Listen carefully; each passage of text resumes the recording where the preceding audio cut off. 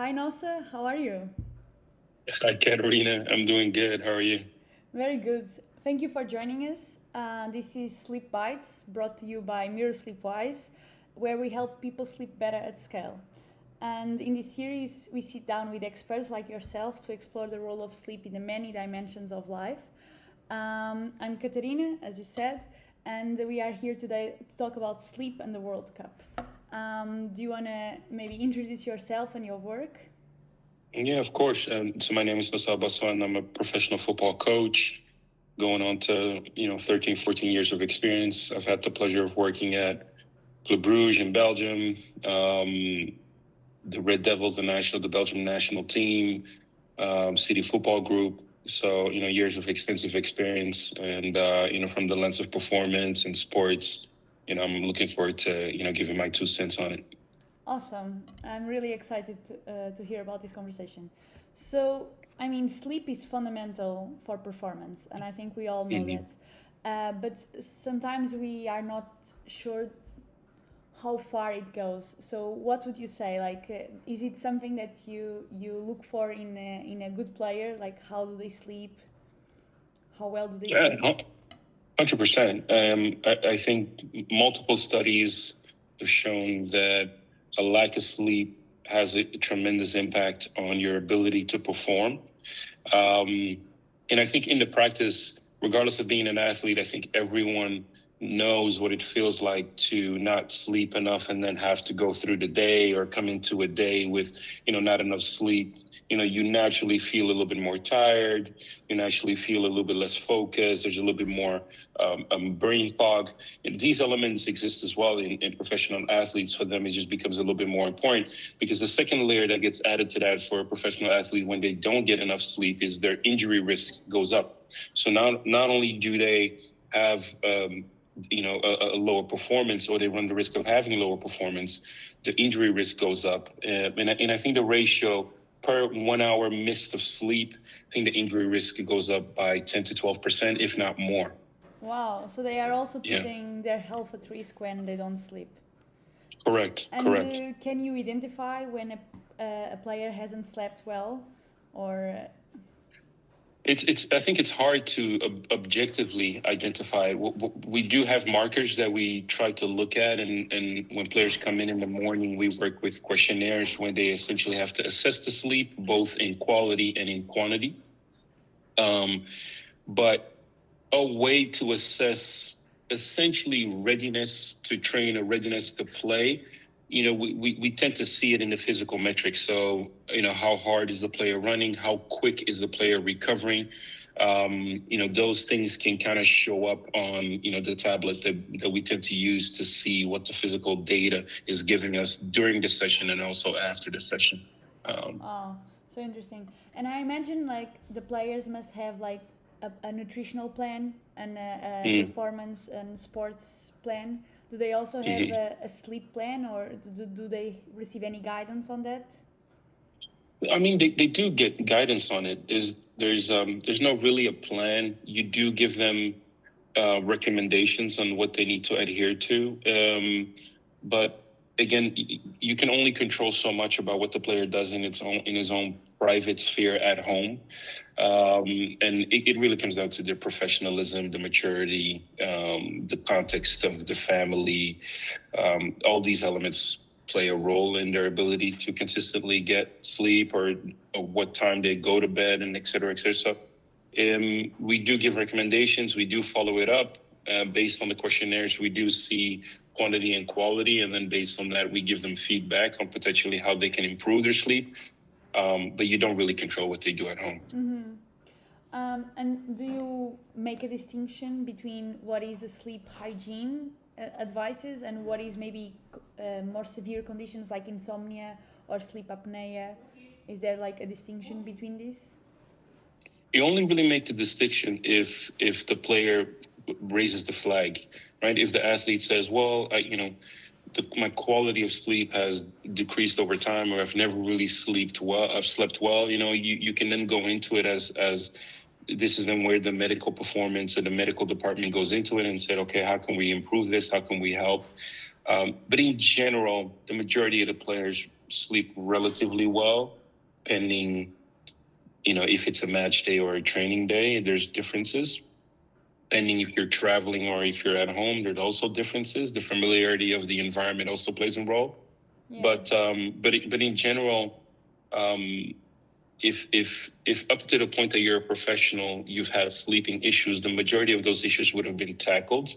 If not, you probably wouldn't have made it to that level. If you understand what I mean. But again, goes without saying, if there is the issue that arises at that time, then with the medical department, medical professionals and doctors, you'll look into it, you'll investigate it, and then you'll find ways and protocols to improve it.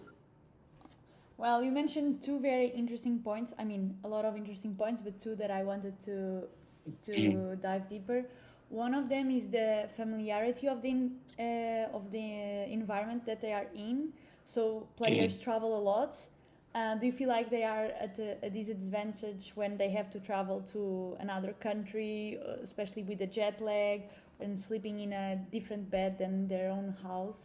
Do you feel like that plays a role, and how do players work around that?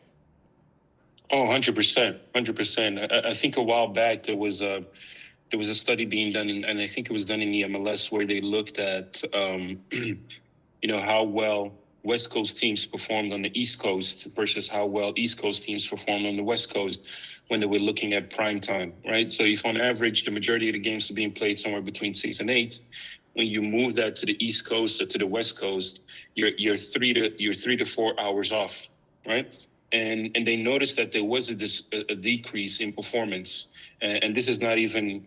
And this is even before jet lag. This is just a 3 to 4 hour difference where the body over time, had adapted to peaking around a certain time frame, and now that peak time frame had been shifted and moved because of the travel. So the study in itself indicates that just merely by travel without jet lag, there is there's already an element of decreased performance potentially, right? Now, when you add jet lag, it only gets worse. So all those elements need to be taken into account. Yeah. So interesting. So the players are used to a certain rhythm, like circadian rhythm, and to peak performance at a certain point, and then by changing the hours where they are awake or when they go to sleep, they have to severely adjust when they have to perform well. Yeah, correct. Because everything is, for an athlete, everything around peak performance. There's so many things that go around peak performance: nutrition, when they eat, sleep, when they take their naps, and having to slightly alter that from the one day to the other. Again, it changes. It changes with the body. So now it also changes with that internal clock, and makes it a little bit different. But yeah, no, that is 100% correct. Because certain players, they have specific routines, go to bed, let's say at 10, wake up at 8, and then on a match, they potentially take an extra nap somewhere between 12 and 1, then get up again. If all of that gets shifted 3 hours earlier or 3 to 4 hours later, it makes it a little bit harder because of the internal circadian clock that the athlete has naturally based on their own environment. Yeah.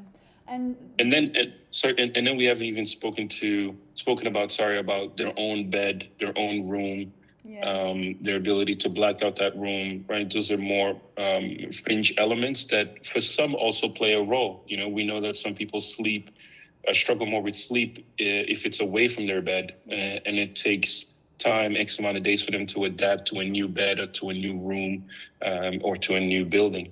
Yeah. And so, do you have any tips that the players use or that the trainers suggest for them to adapt faster, like to the new environments or to the new routines? Yeah, we try to control it through the management of activity, light, and nutrition. So by delaying or realigning when they eat in function of that new peak performance time, you can kind of manipulate, or you can essentially facilitate their ability to quickly or more quickly adapt to the new time frame. Okay, so interesting. Thank you. Yeah. And the other topic that you mentioned a while back is that if a player has had significant sleeping issues throughout their career, they probably wouldn't reach high performance level that is Mm-hmm. required. I would love to hear more about it. Have you ever felt like a player was not reaching his full potentials because of his sleeping disorders? 100%. I know a lot of youth players, younger players that have struggled with performance because of relatively bad sleep hygiene or bad, relatively, bad sleep patterns. And I think performance is one thing. It might show, and even though that it remains subjective, but it'll definitely show in the body's ability to withstand the load that it has to go through on a day-to-day to be a professional athlete. So what you'll notice with players like that is that the injury risk comes up, but also the mental load of having to fight and compete.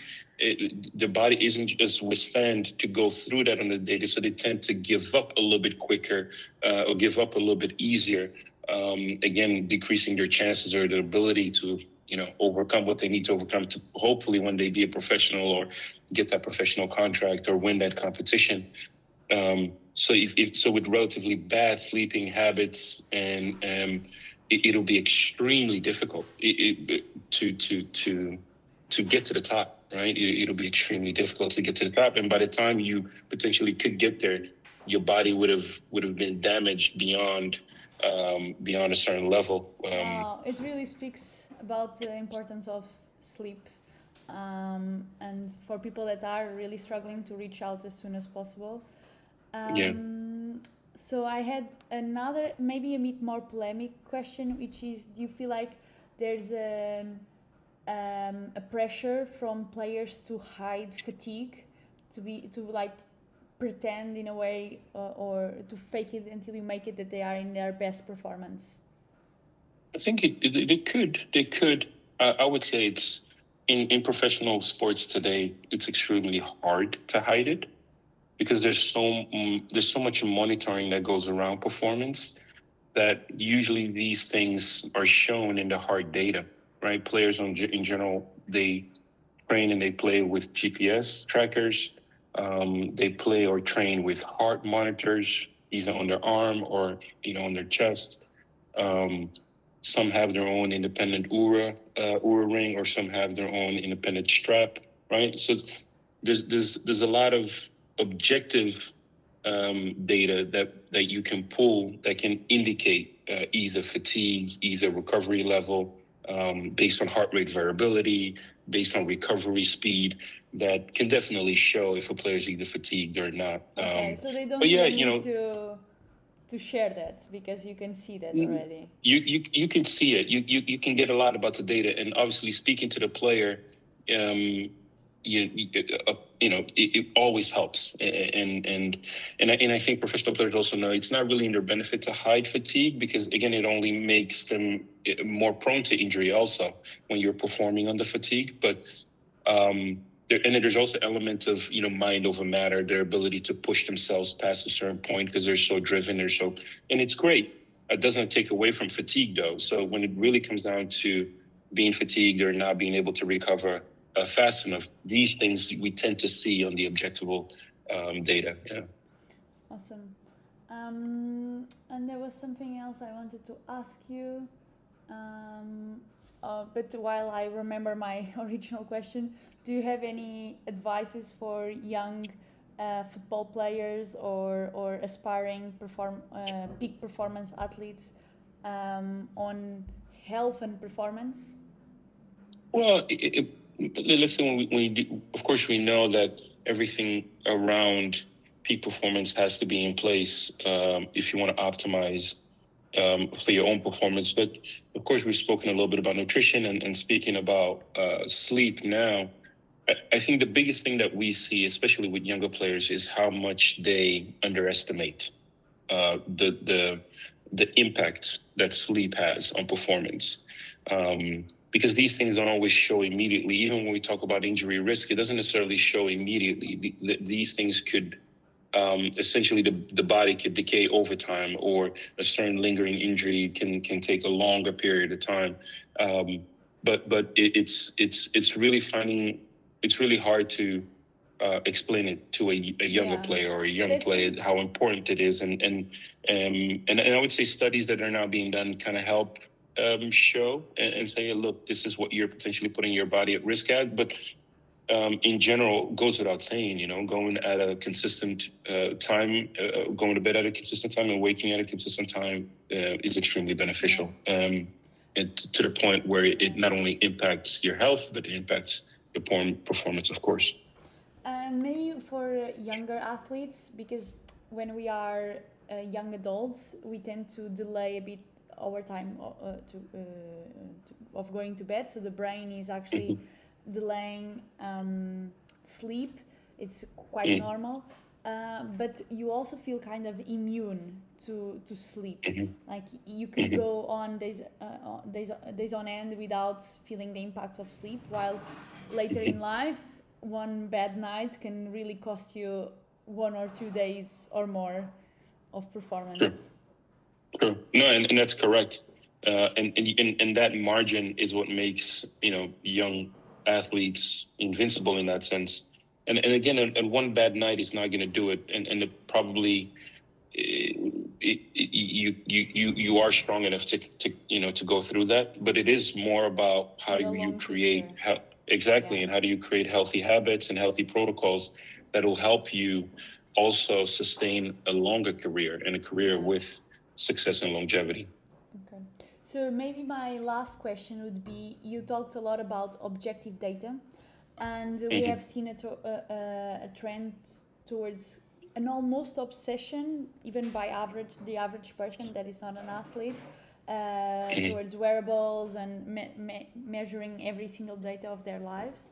And I fear this might be causing some sort of inverse relationship with health, in a way that people become so obsessed that it stops being natural and they control everything.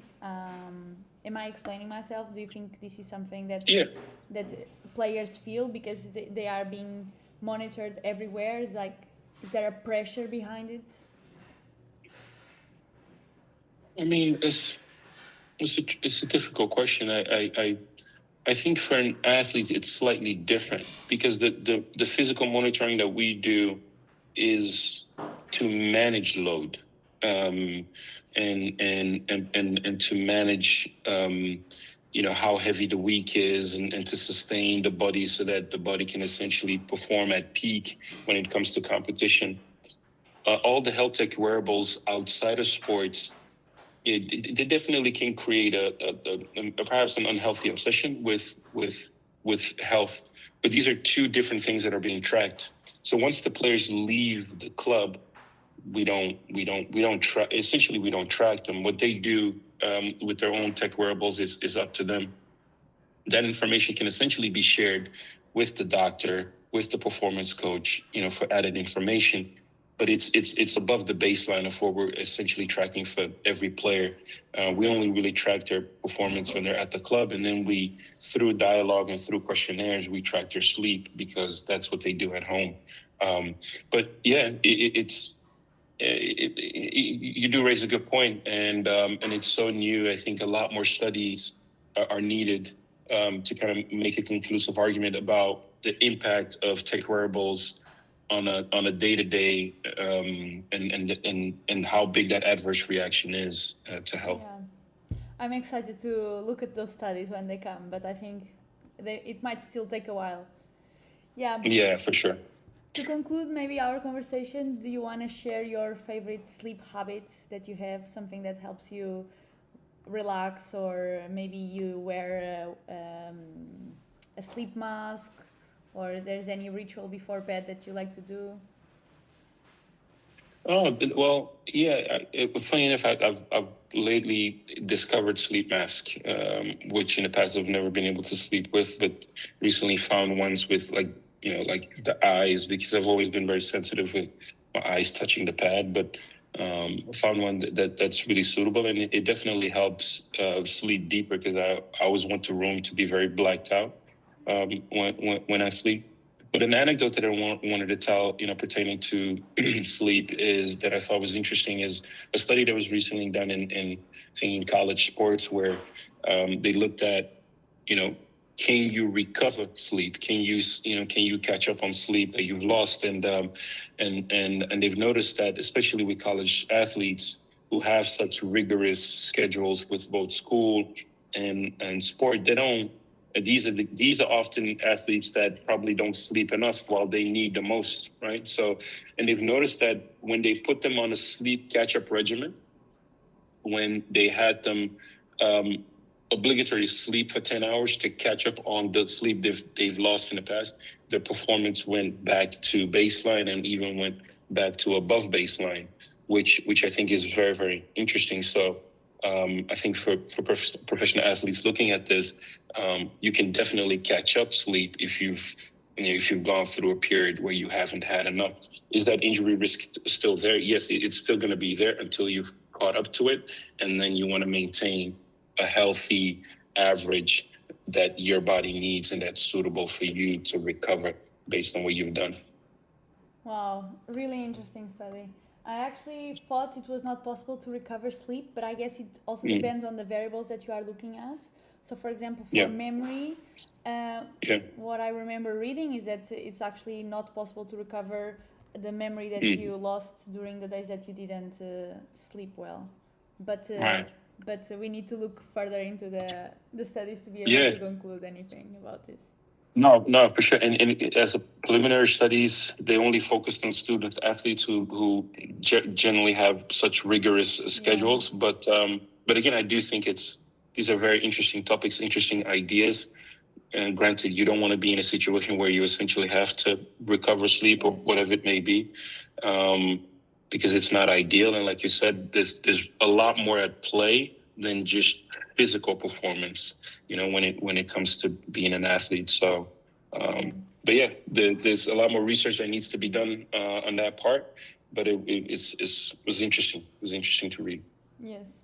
Okay. Thank you for sharing. Do you want to add anything else to conclude our conversation? No, it's been a pleasure to connect. Good luck with your series, and look forward to connecting in the future. Yes, just before we finish, just want to remind our audience that if they want to test if they have insomnia, we have a free online evidence-based test where they can know from a scale of 1 to 4 in the insomnia severity index if they actually struggle with insomnia and if our programs can help them. So just go to our website and check out the test, and you can also share with your players if they ever might think that they can be struggling with insomnia. Thank you. See you next time. See you next time.